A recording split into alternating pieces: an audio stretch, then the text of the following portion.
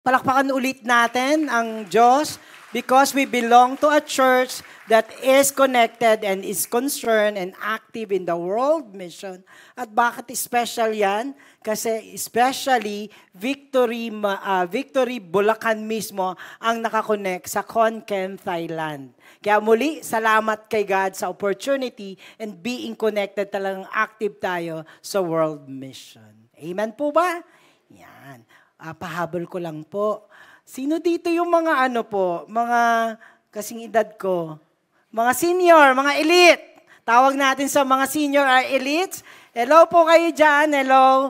Yan. Alam na kagad nila pag sinabing dakilang katapatan. Mapapakanta pa yata ako. Anyway, we opted to have it as a title kasi alam nyo, it rings a bell talaga sa mga elite na matagal ng mga Kristiyano. Ang nakalagay dun hindi nabasa ni Bense, pagsasama-sama ng mga mananampalatayang pinanday ng panahon. Kaya muli, sama-sama po tayo doon and we will just share our journey with God. Ganda talaga po. Kaya, kailan to? October 14, bitbitin nyo na yung lola nyo, lolo nyo, nanay nyo, tatay nyo. Sabihin nyo na, we will be welcoming them here. Tsaka yung mga hindi nyo pang nai-invite na lola at lolo nyo, pwede po doon, we will have an opportunity to also engage them. Okay po ba mga elites, mga senior, mga dakilang katapatan ng Diyos? Okay po? Alam niyo po ba, seldom or parang isip ko ngayon ko lang to ginawa, na gagamit ako ng video, lalo na sa intro. Parang sa tingin ko, in my 3 years of being pastor, papabata eh.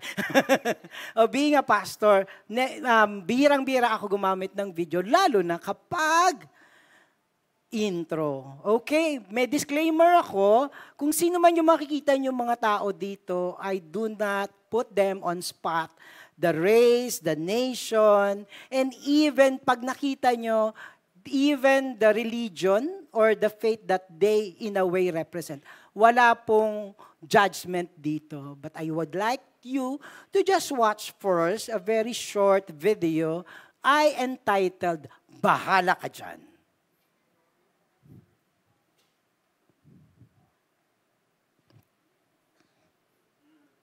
Penging audio para marinig nila.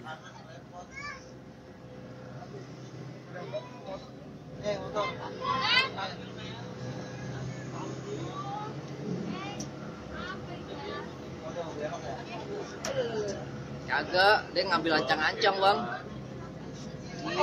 Allah Akbar.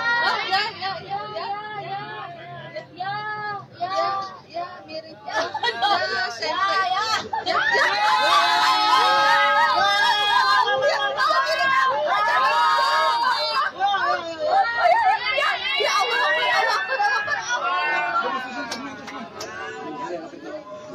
Ada handicap sih tadi, handicap Kamera. Ini lagi handicap. Ada yang miring. Ini di miring juga, Pak. Tadi dapat.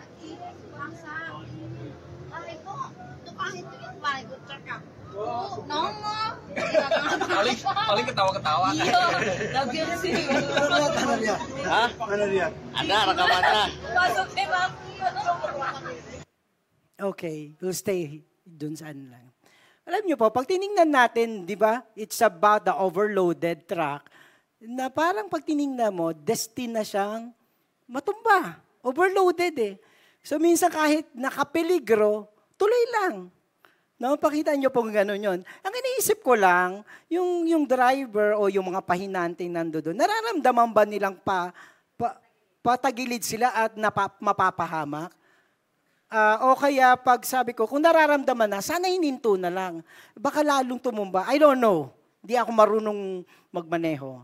Or hindi ako marunong magbalanse. And pag gano'n, ang susunod mong titingnan, yung tao na tumutumba, tapos, ang iniisip mo, kung hindi nila nalalaman ito, supposed to be yung mga motor, at saka yung nagkukuha ng video, sana sinasabi.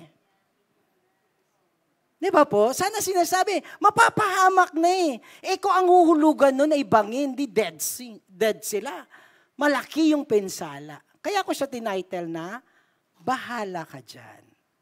Kasi beyond the video, beyond the overloaded na truck na tumutumba, are the people behind the camera. Pag tinignan nyo, ang ginawa lang nila, parang nag-witness lang sila at inaantay nila kung kailan na. Ayan na, mahulog na. And sabi ko din, may mga motor din naman, motorista, o yung magsasabing ganun, patumba na kayo, wala.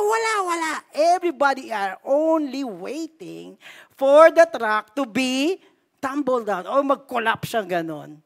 And worse, pag tinignan nyo, kaya ako nagsabi ng disclaimer, no offense meant dun sa race or sa nation, and even yung pag sinabi, religion, ganun, walang offense meant. Pero diba, lalo na nung pinakita sila, tapos iniwanan lang nila. At saka yung tawa-tawa. Tumatawa ka lang. Alam niyo po ba, this is how the world. Minsan, nag-observe lang tayo at meron tayong mindset na, bahala ka dyan. This time, we will be preaching, we will be studying things that is beyond us. Higit sa ating sarili at para hindi tayo magsasabi ng bahala ka dyan. For the next 2 weeks, we will be studying God's other major plan, purpose, and pursuit. Bakit other? It is beyond us. It is beyond our business. It is beyond our family. It is beyond our dream. It is beyond our pursuit or interest and passion. Kasi may other major plan and purpose and pursuit si God. Sa 2 linggo, ito ang ating pag-uusapan. At segue ko lang nung nakaraan, we have a very, very good series, Road Out. Dito makita natin ano nakalagay sa road out nung bandang dulo natin, yung paghahati ni Lord ng Red Sea in full view of the Egyptian, in full view of the world, nung binasa, ginawang pelikula, anong plano ng Diyos, diyan. But for this purpose, for this pursuit, ang sabi niya, I have raised you up, Israel. I have delivered you up, Israel. I have saved you, Christians, to show my power so that my name may be proclaimed in all the earth. Hindi natatapos sa atin ang pagliligtas ng Diyos, kundi may major siyang purpose at pursuit, that is to proclaim His name throughout the earth all the time. Let us go. Let us all rise up and let us read our text for this opening, the day 1 of our Dead Ends to Doorways. Acts 1, verse 1 to 9.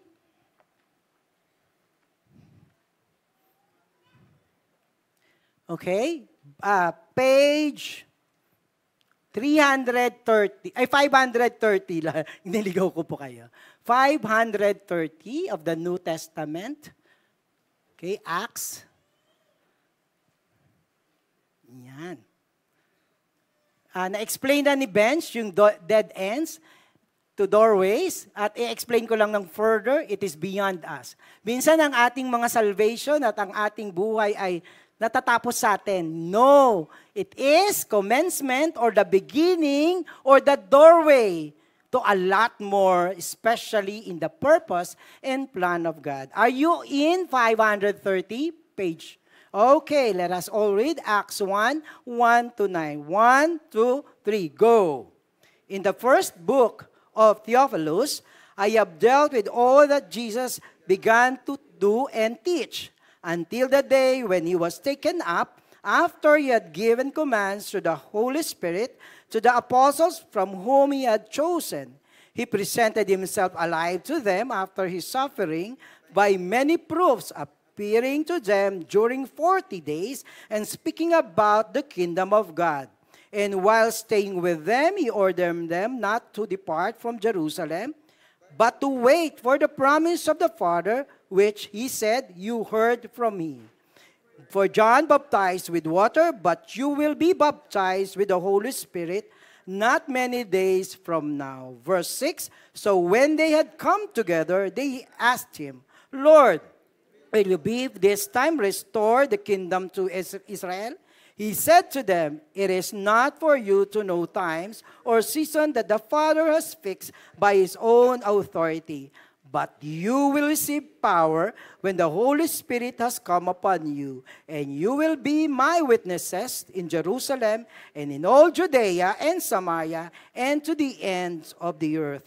And when he had said these things, as they were looking on, he was lifted up, and a cloud took him out of their sight. Lord, we thank you, Lord.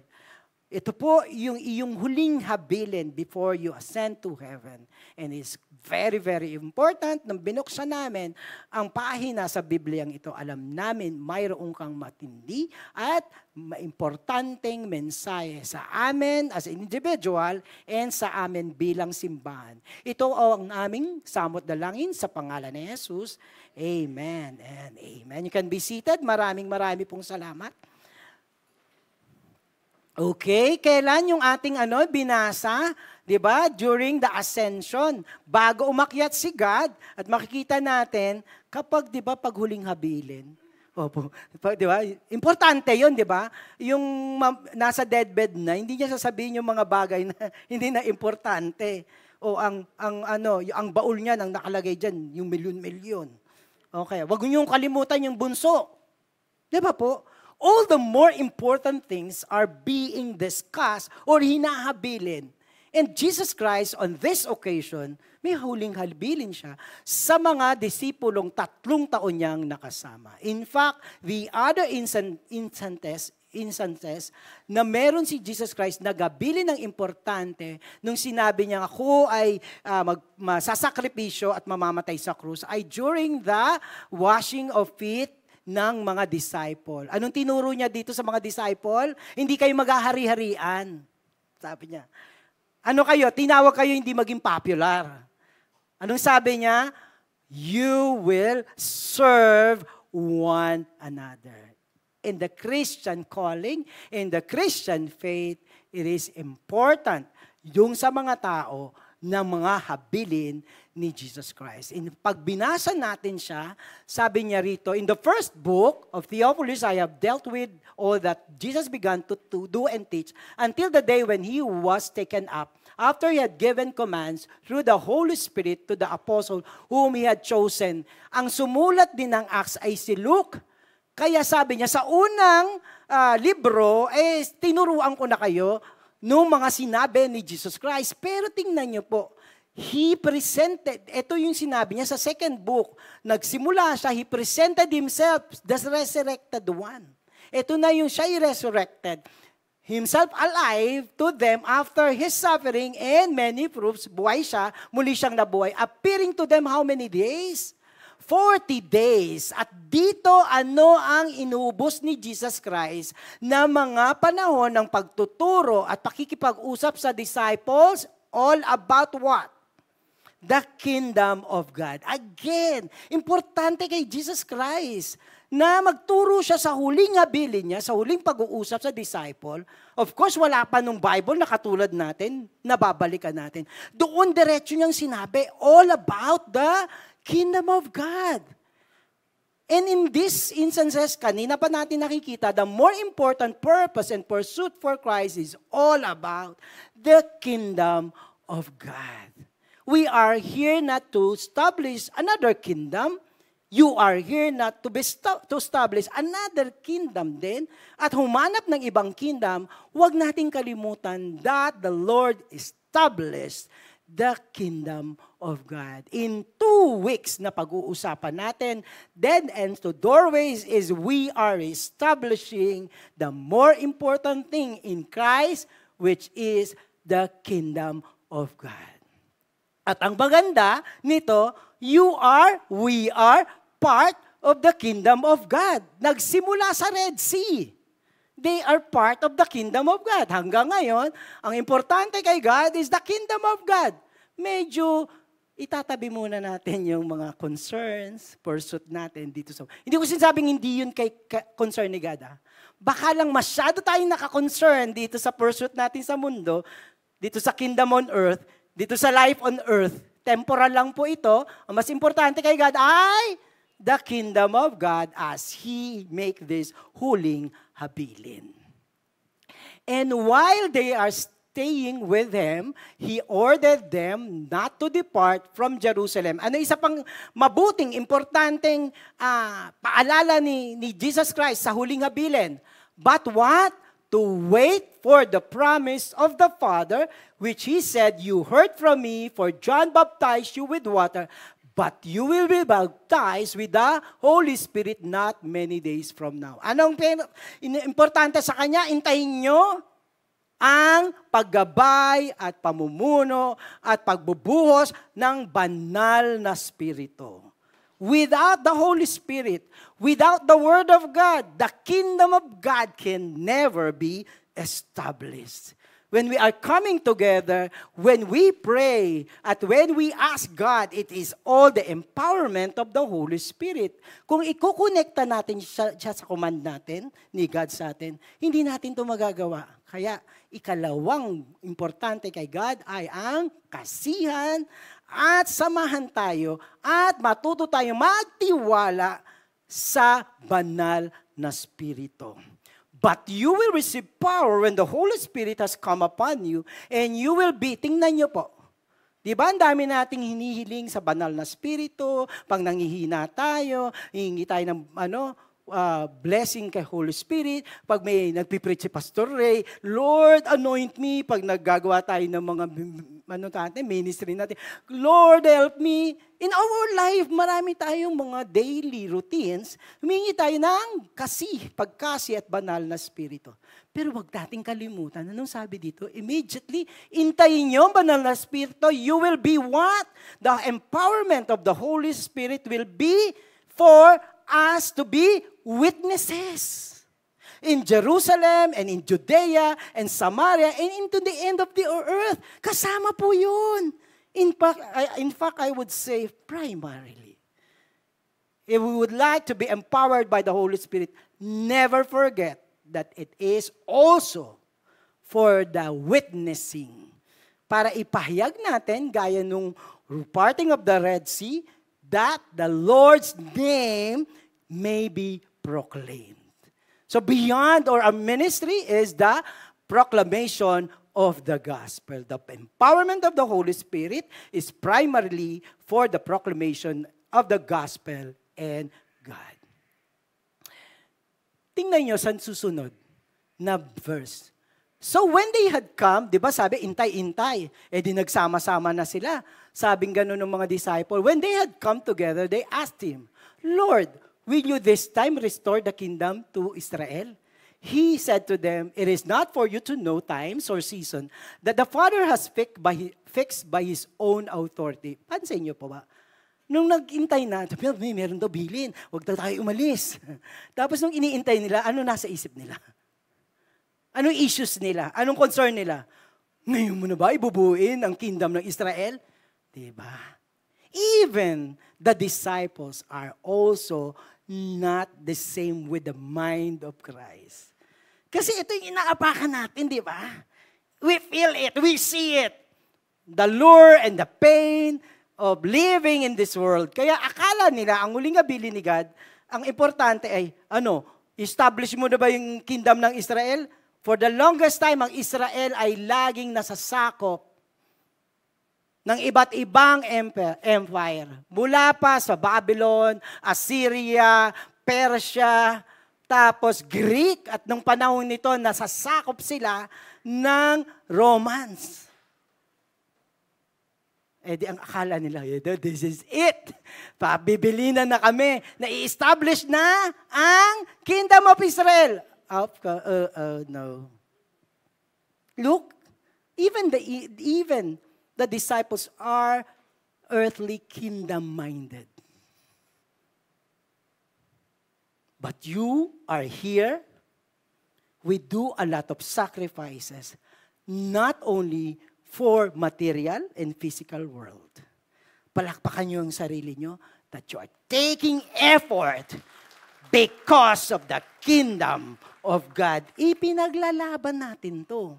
So tama tayo sa bilin ni God. And yung honor God and make disciple, pag nag-church community class kayo, ibibigay ko sa inyo yung 30 minutes about church ng Victory.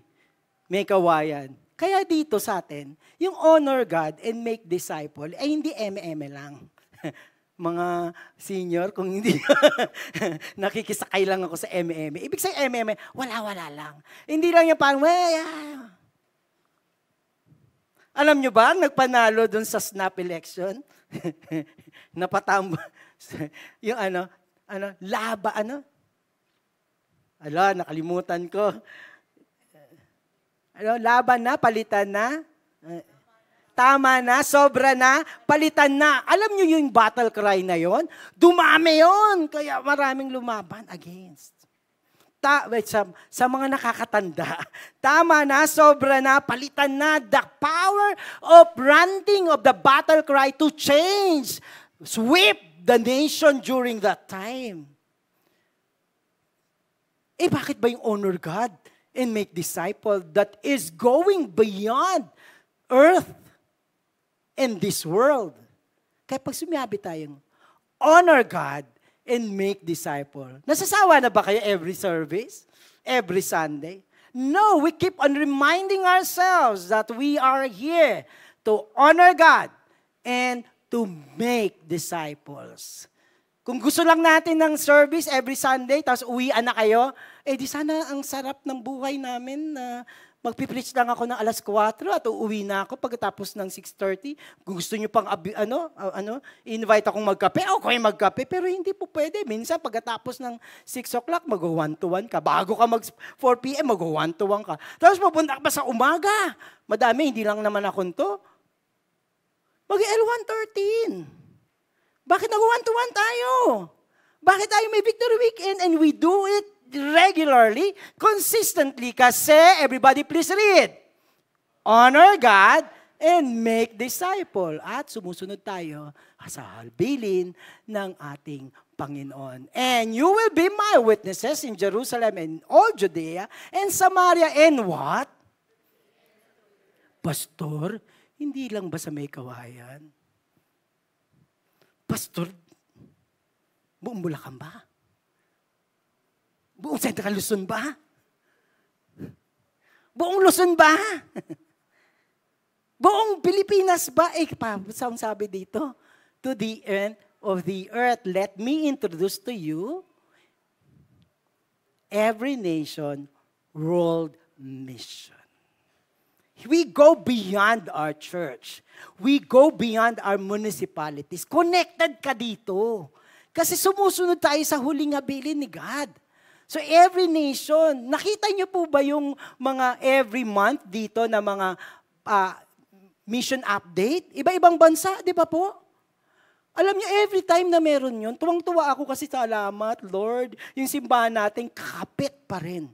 Lagi pa rin. So, let me in a way introduce to you every nation world mission. Ano na nalagay nan? Go therefore and make disciple of all nations, teaching them to observe all I have commanded. Nakita niyo ba si pastor kanina sa Thailand? Sabi niya, nagsimula siya, napakinggan niyo, 5 faculties lang. Tapos yung isa, tinetestify nila, sasabihin nyo, isa lang naman yan, sa amin nga, 20-20, 100 eh. You know how difficult it is for the Thai to be introduced to God? Kaya kita nyo ang laki ng scope. All because they are following the commandment and the commission of God. At pagtitingnan natin, para sundin ito, agad-agad nag-practice na si God ng sending out. Christ Himself already made the apostole. Alam niyo po ba, yung 2 weeks natin, yung ngayon is apostole. It is, ang ibig sabihin ng si God mismo nagsimula ng strategic sending out of believers in pursuit of the mission. Si God na kagad nagbigay ng pattern. Let's see. Anong pattern ni God? Balik tayo sa Luke 9 verse 1. And He called the 12 together and gave them power and authority over all demons and to cure diseases. And He sent them out to proclaim the kingdom of God and to heal. Nag-send out siya. Sino ang strategical mind? Si Kristo. 12. Doon sa pupuntahan ko, bago ako pumunta na kayo. So very strategic si God. At hindi natapos lang, ay, mga apostol, sila pastor yan. Hindi. Pagdating sa Luke 10 verse 1, anong nakalagay? After this, the Lord appointed 72 others. Ay, pastor, pang 73 ako. What? Ang sinasabi lang dito, there are people who would in a way initiate and do the Herculean task of leading in Great Commission. But everyone participate. He appointed 72 others and sent them ahead of Him, 2 by 2. Nakita mo yung strategic, huwag kang mag-isa.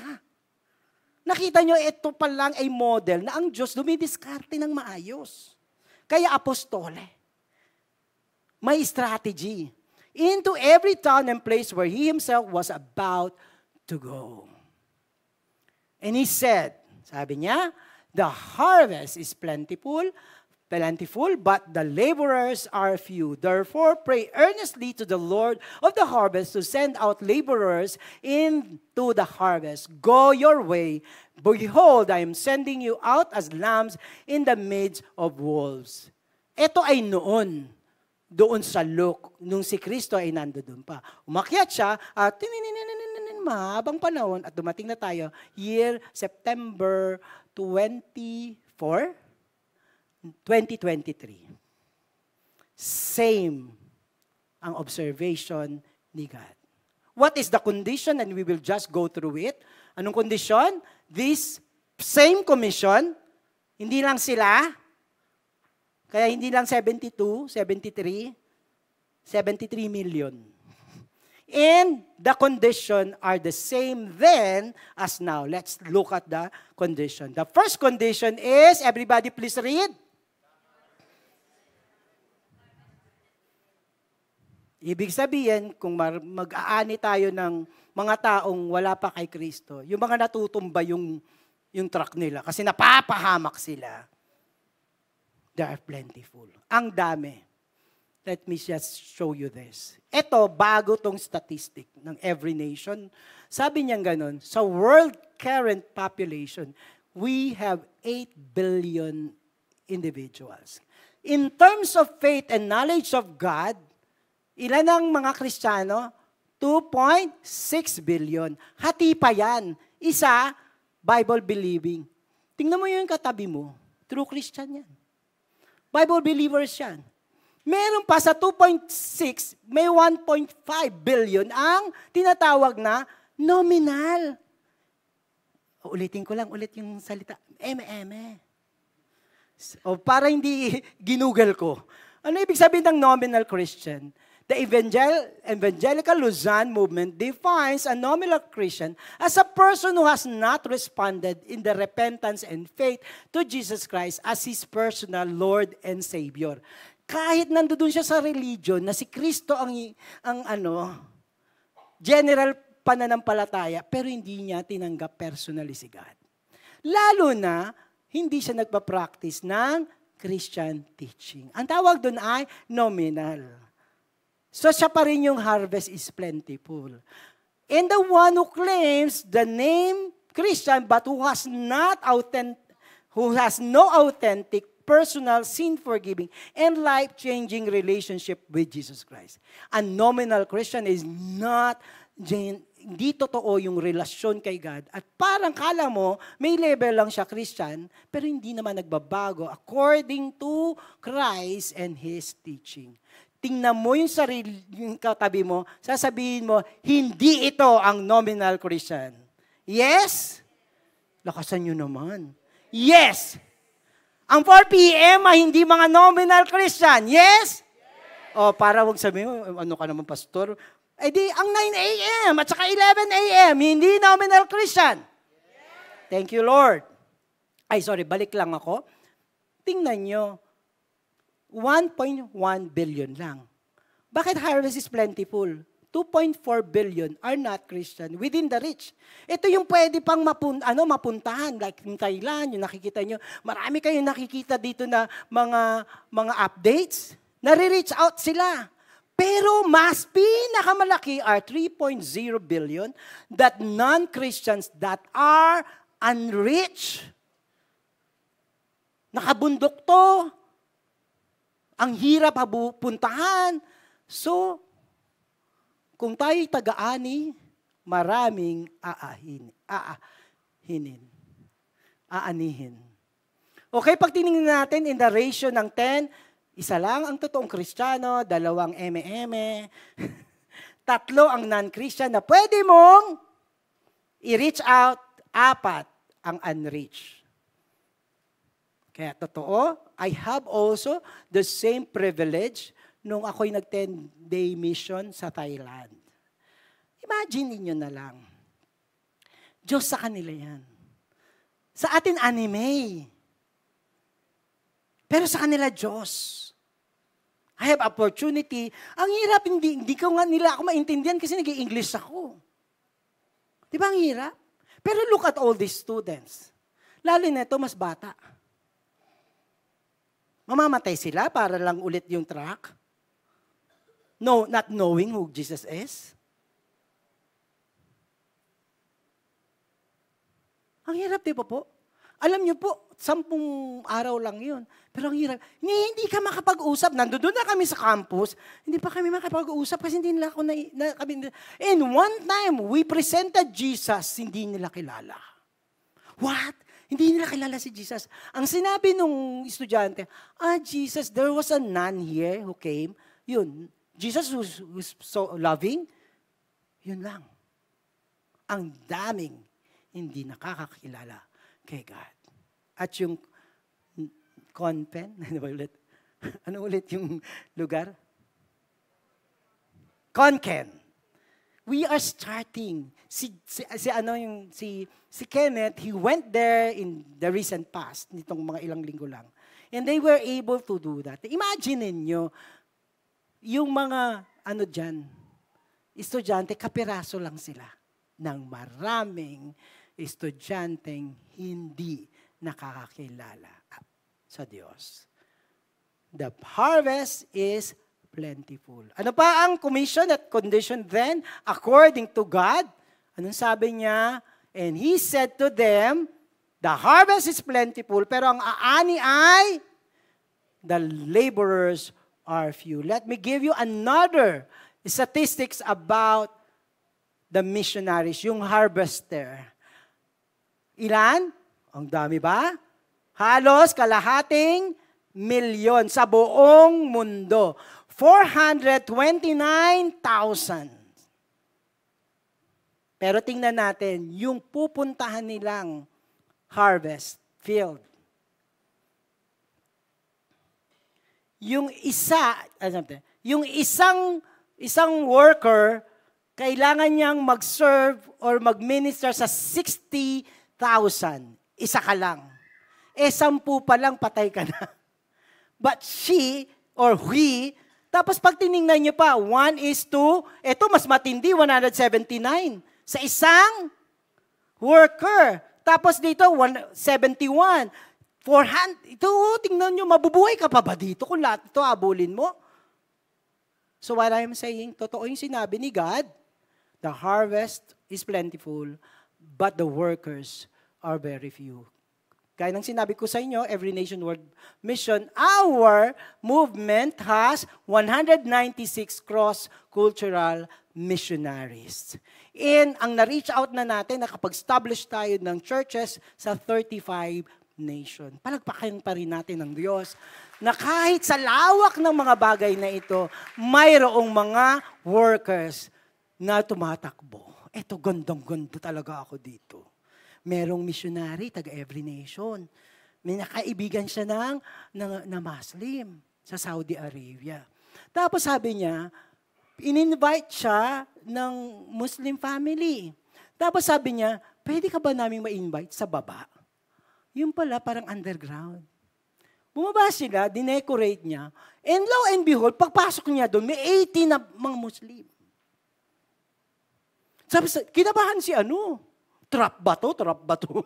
Kinabahan si missionary. Nakatrap ako ata. Huli. Tapos sabi niya, ayan, sabi niya, illegal. Sabi niya, ayun. But isn't that illegal in Saudi Arabia? Why do you want me to share with these people? Pinahuhuli mo ba ako? Malaman, sabi niya, paano nangyari to na interesado ang mga Muslim sa Kristiyano? Kay Jesus actually. Can you talk about us about Isa? Si Jesus yun sa Quran. Anong sinabi niya? Bakit nalaman niyo? Ba't kayo interesado? Siya naging Christian na. Yung nag-invite yung pamilya. Tapos ngayon sinishare nila. Sa kasama nila. And they were invited there kasi yung missionary, magtuturo siya tungkol kay Jesus. Alam niyo kung bakit? Yung helper nila, yung kasambahay nila, araw-araw kanta daw ng kanta ng worship song. Araw-araw pinapasalamatan si God. Na-curious sila. Bakit he has that kind of spirit? And alam niya naman yung buhay sila, mas mayaman pa. And then siya mayroong ganong saya. And she keep on, singing the song of worship. Tinanong niya, sino ba yung Jesus? Ayun, nakapag-minister ang isang kasambahay, ang domestic helper, sa mayaman niyang. Diba? God will make way. At doon, na-share nila yung gospel, yung mga 80 people underground. Laki ng bahay nito, no? Kasya yung parang kids room. Ayun, gusto pa nilang malaman ang tungkol kay Kristo. Another thing about last na dun sa ating condition, anong sabi?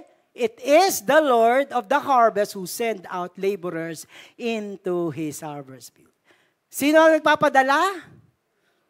Walang iba kung hindi ang ating Panginoon. Huwag kayong matakot, di ko kayo tuturo. Sabi ko, Lolo, padala mo nga yun. Okay.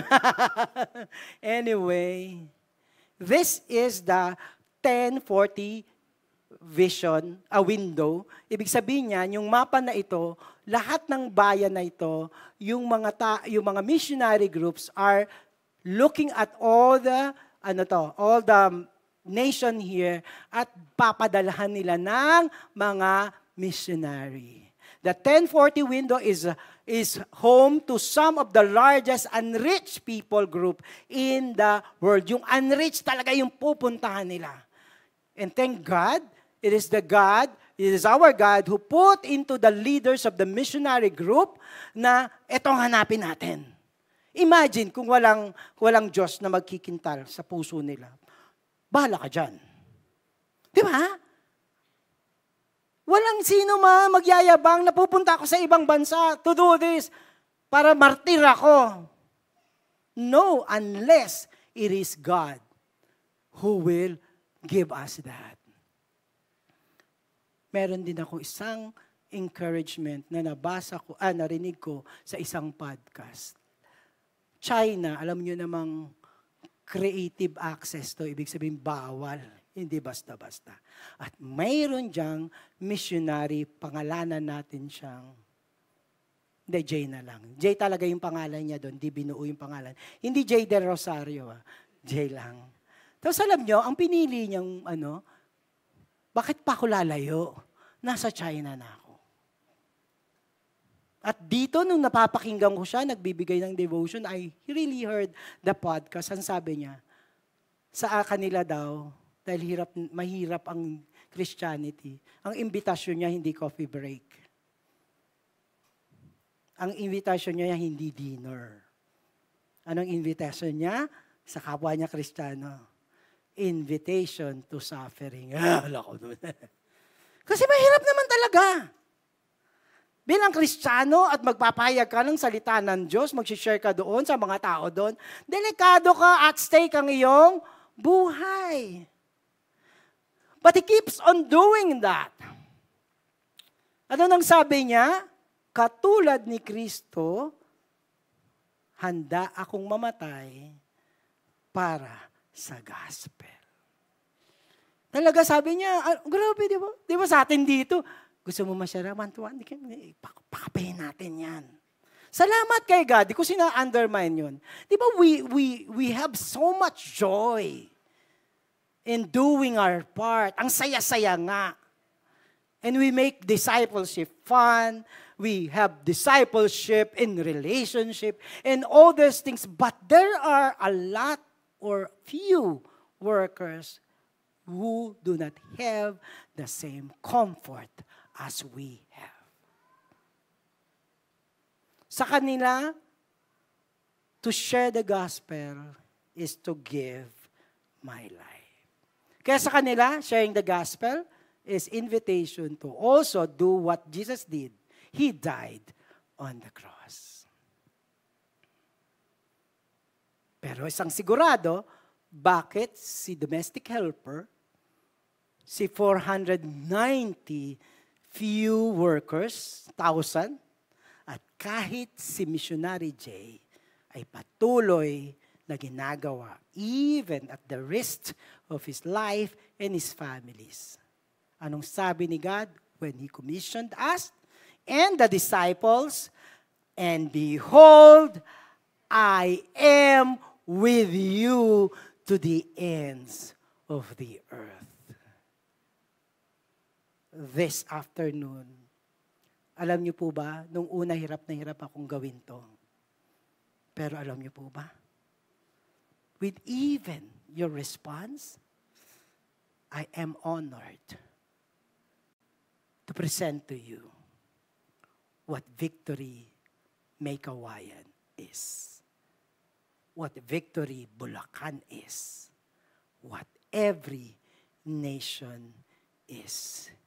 We are here to honor God and to make disciple. As the Lord, ang huling niyang abilin, He established the kingdom of God and we are all part of the kingdom of God. Hindi kayo hari, hindi kayo reyna, pero prinsipe at prinsesa kayo ng kaharian ng Diyos. And this is our privilege to be part of the kingdom of God. Mabuhay ang mga nasa kaharian ng Diyos. Palakpakan natin ang Diyos at ang ating sarili at salamat sa Victory May Kawayan, establishing God's kingdom here. Kaya anong sabi? Same commission and condition. Sabi mismo ni God, Please everybody read. Therefore,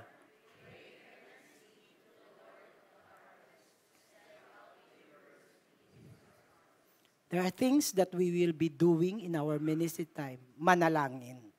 Manalangin. Pangatlo, manalangin. Manalangin sa mga tumupad. Ando dun sila. Panalangin natin sila. At panalangin natin ang Victory May Kawayan will always be true to our mission. Let me ask the worship team here. And we will pray. Sabi ko, nabasahin ko lang to. It is God who sent out laborers to His servant. Harvest. And when He does, you get to be part of something beyond yourself. Palakpakan yung sarili nyo kasi you are something beyond yourself. It is not only beyond us, it is within the purpose and mission of God. Magpipray po tayo, katulad ng nakita po natin kanina, yung Konkan, Thailand. We are starting a direct connection with them. Malay nyo, yung katabi mo, ayaw ng katabi, isusuko. Ibabala natin doon. Whatever God's plan is, this will be our prayer points. We will be grouping each other para talagang todonghan na prayer. We will be grouping by 5 po. 5 po. let's group in 5 and let's pray for all the specific prayer requests. Sige po, ang ating discipleship groupings will be done now. Okay? Sige po, hanap na kayo ng kapartner nyo ng grupo nyo, 5 for each group. Pag nakagrupo na kayo, I'll read and then balikan nyo ito para ipanalangin nyo rin.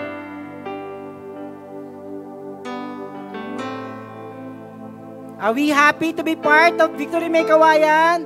Yes. Okay, go. Let's pray.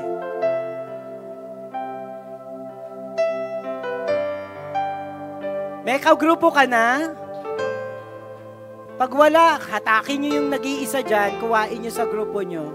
It can be 5 or more, basta mananalangin tayo sa group.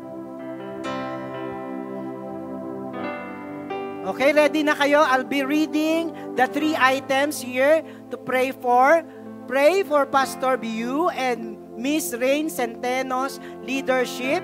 Pray for the strength, wisdom, provision, and protection on reaching out to the thighs.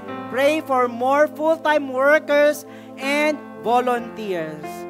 Okay, ang gawin nyo, mag-assign kayo ng isa, whatever means that you will be praying for the prayer points. The second prayer point is pray for the connected student to encounter God personally and for more opportunities to reach out for more students. Pray for the Future Student Center in KKU Complex, declaring God's provisions and favor. Pray for the English conversation classes that more students will be engaged and eventually discipled through this. And last, pray for the church in Thailand to engage the surrounding communities. Pray for open doors, how the church can be of service and be a blessing to the community there. Pray on how they can engage and build relationship with the locals and preach the gospel in all spheres of life. Suggestion ko na lang, assign 3, tapos siya si 1, prayer point number 1, tapos prayer point number 2, the second person, and the third person will be prayer point number 3. I-assign nyo na lang, and then we are giving how many? 20 hours? How many minutes? What's that? 5? 3. So pag distribute nyo na, tagi-1 minuto. Pag sobra na sa 1 minuto, tapikin nyo na. Okay, let's pray now.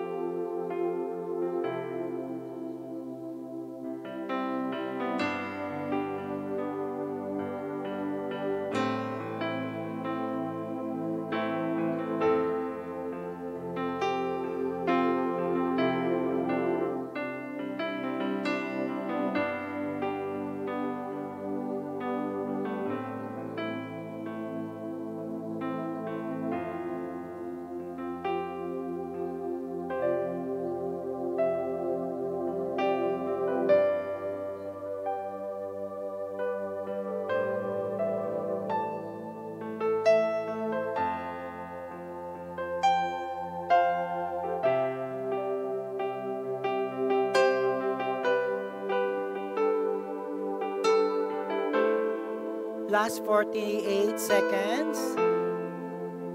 I just hope you are in the last prayer points already.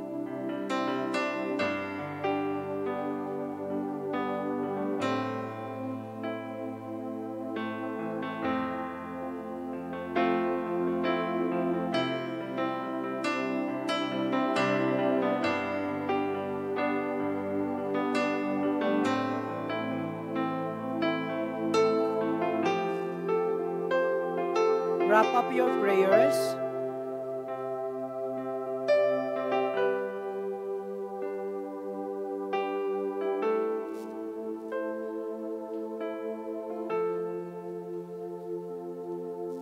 Thank you very much. I know this practice na ginawa natin ng prayer as Victory May Kawayan really honored the Lord. And the Lord is now answering and opening the heavens, pouring out His blessing to Konkan, Thailand, and the people there. And can you stay, tumayo po kayo, let's pray. Gaya ng sinabi ko kanina, may missionary tayong si Jay, meron tayong si ate na naging paraan para makilala ng mga iba pang mga taga Saudi Arabia tungkol kay Kristo. And there are a lot of stories, not just story, real life experiences of struggle, of thanksgiving, but marami po ang nandoon sa ibang bansa at taking the danger even, and in times other sacrifices to preach the gospel. Wala man kayo in mind kung sino to, let us pray for our workers in the cross-cultural mission. Heavenly Father, we thank you so much to have this precious time na hindi lang individual, pero buong Victory May Kawayan ang lumalapit sa iyo. Kaunin mo, Panginoon, ang mga workers, ang mga missionaries, kung saan man sila nakadetail, anumang lugar, anumang sitwasyon sila mayroon, God. Lalo na yung mga nahihirapan, lalo na po, Panginoon, yung doble, yung risk na meron silang hinaharap. Lord, in the name of Jesus, baka meron nang nangihina sa kanila. Lord, in the name of Jesus, Lord, as you have told us and promised that the Holy Spirit will be upon us, even as we declare and proclaim the gospel. Father, bless them. Lord, bless them, Lord. Bless them, Lord. Bless their health. Bless their finances, their family. Bless their personal lives, Lord. Pagpalain mo sila. Lord, kaunin mo sila. Ang iyong mga mata ay naroon sa buong mundo. Ang hinahanap at tinitingnan mo ay ang mga tapat mong mga nanggagawa sa ibang bansa. Lord, reach your hands upon them. Bless them. Bless them. Bless them. This we pray in the name of the Father, the Son, and the Holy Spirit. And as a church, we stay in our commitment to honor God and make disciples. Let us ask once again, as Victory May Kawayan, pour your Spirit to us and let the power of the Holy Spirit be upon us, even as we declare His name in the gospel. And hindi lang sa ibang bansa, kung hindi dito sa ating bayan. Let us worship God, even as we ask that the Holy Spirit be upon us in our song and prayer. With your power, your presence, we will go to the ends of the earth. With your power, your presence, we will go to the ends of the earth. Come on, church, sing it out. Your presence, we will go to the ends of the earth.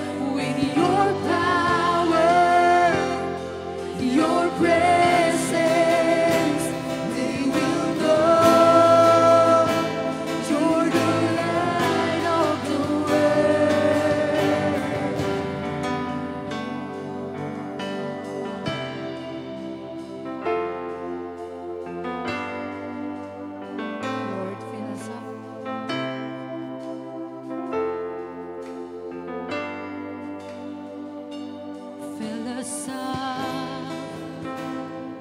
pour us out for a broken world that is far from you. Fill us up, oh Lord, fill us up, pour us out to be your hands and feet, oh Lord. Holy Spirit, Holy Spirit, draw me near. Holy Spirit, we are here to sing your praise and know your ways. Fill us up, pour us out for a broken world that is far from you. Fill us up, oh God, pour us out to be your hands and feet, oh Lord. We cry out for your Holy Spirit. Holy Spirit, draw me near. Holy Spirit, we are here to sing your praise and know your ways. Cry out, Holy Spirit. Holy Spirit, draw me near. Holy Spirit, we are here to sing your praise and know your ways, oh Lord, and know your ways. With your power, your presence, we will go to the ends of the earth. Come on, church, raise your voices. This is our prayer. Lord, with your power and your presence, we will go to the ends of the earth. With your power, your presence, we will go to the ends of the earth. With your power, your presence, we will go to the ends of the earth. With your power, your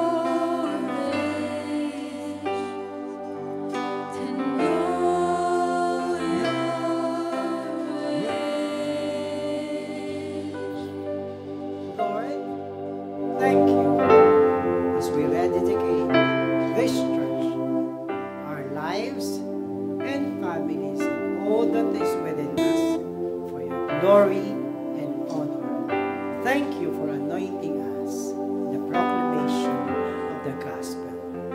This we pray in the name of the Father, Son, and the Holy Spirit. And victory may kawayan. Say, Amen and Amen.